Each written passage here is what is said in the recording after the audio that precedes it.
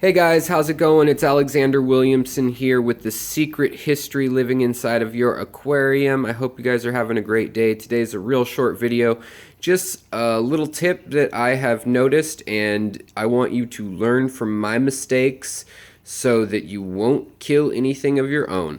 So, basically, what I wanted to talk about is glass cleaning on tanks. So, this tank looks okay right now.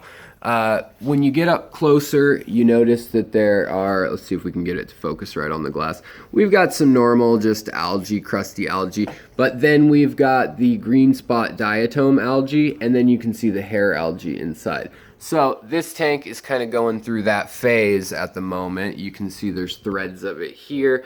I took out a massive amount of it that was in this baby tears / Monte Carlo mess that made up my little bonsai tree in this tank. And in this tank, we've got Pelvicochromis, we've got killifish, and rocket killifish, that is. These are all females guppies, by the way, and I just like them because of their nice color. But then the one male is a Japanese blue. But I want to see my fish. So I wanted to warn everybody about cleaning your glass. So a lot of people would take a Windex bottle and they would spray their glass, like boom, boom, boom, and then they're going to wipe it down with the paper towel. That is a terrible idea if you have an open top tank, or even honestly if you don't, because when you spray, there's going to be a mist that makes it over the edge, and it may be minor, but it's there, it's real nonetheless. So I highly suggest, because Windex is essentially an ammonia-based product, if you take a look at this, I like Windex for cleaning the outside of the tank. Obviously never use it on the inside. Ingredients, if you can read through the bottle, which I don't know if you can, it's water, carrier agents, and then ammonia and fragrance. So basically, ammonia, you know, is super toxic to fish. And if you're talking about shrimp, it's even worse. So you don't want any of that overspray going into your tank. So what I do, I recommend, is I take the Windex, I spray it nice and heavy on a piece of paper towel or cloth or whatever you want to use, and then obviously wax on, wax off, circular motions. I actually stay away from that top rim, even though it's kind of crusty and nasty right now at the moment from splashing and working on things. And this is just for the outside, mind you guys.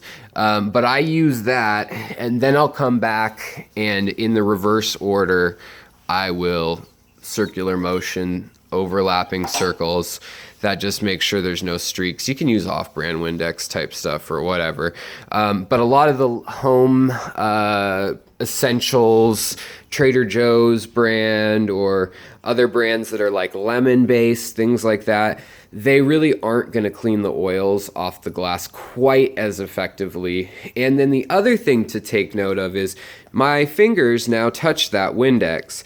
And even though it's trace amounts, this is a big tank. If you had a nano tank or shrimp in the tank or very sensitive fish species, if you reach in there and start working around with stuff and cleaning the algae with a scraper or with a Brillo pad or sponge, you can easily contaminate your tank with quite a bit of ammonia that has just accumulated on your hand and fingertips. Now, I want to show you something. This isn't just because of ammonia, but plants usually thrive with the ammonia in fertilizers and things. But this pot, which luckily all the fish are out of, has been in a dead zone here. Wife closed the window a few days back, and it's so no morning sun and no sun from the other room coming in, and now I have a stagnant bowl of death in a matter of 2 days. We had a hard freeze, and this room gets really cold. So my water lettuce and the duckweed somehow has magically survived, of course. The underwater plants seem to be okay, but there's algae growing. So I just wanted to let you know that if you're cleaning something, you don't want to clean up on the rim like this. There's no fish in here, so I'm not that worried. But even this amount of ammonia is going to hurt your plants and things like that. You don't want to just pour like 20 or 30% ammonia products in there. So that's just a heads up. I do like Windex brand or the off brand from the dollar store or whatever. But that's how I clean my tanks. And then I use the more friendly, let's see if my wife has got some in here. Yeah, here we go. So just something along the lines of this method, antibacterial, everyday stuff. It's more citrus based. And so I will use that, but also still being very careful to apply it to the rag and not into the water to clean those edges. If water does not clean up the stains, which it should for the most part, unless you've left it for a really long time.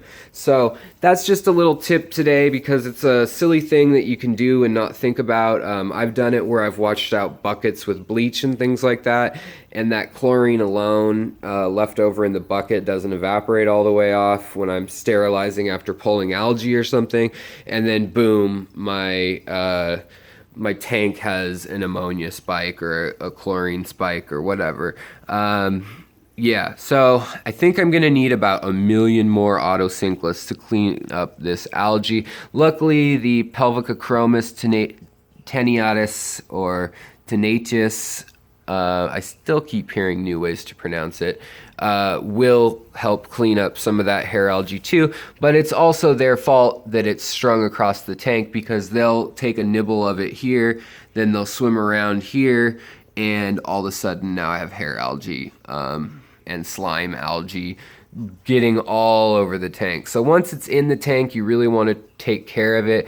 I will probably be removing this whole little bonsai tree canopy and replacing it with some other plant that's not inundated, just because at this point it is such a spot for contamination of algae that I don't want to deal with it.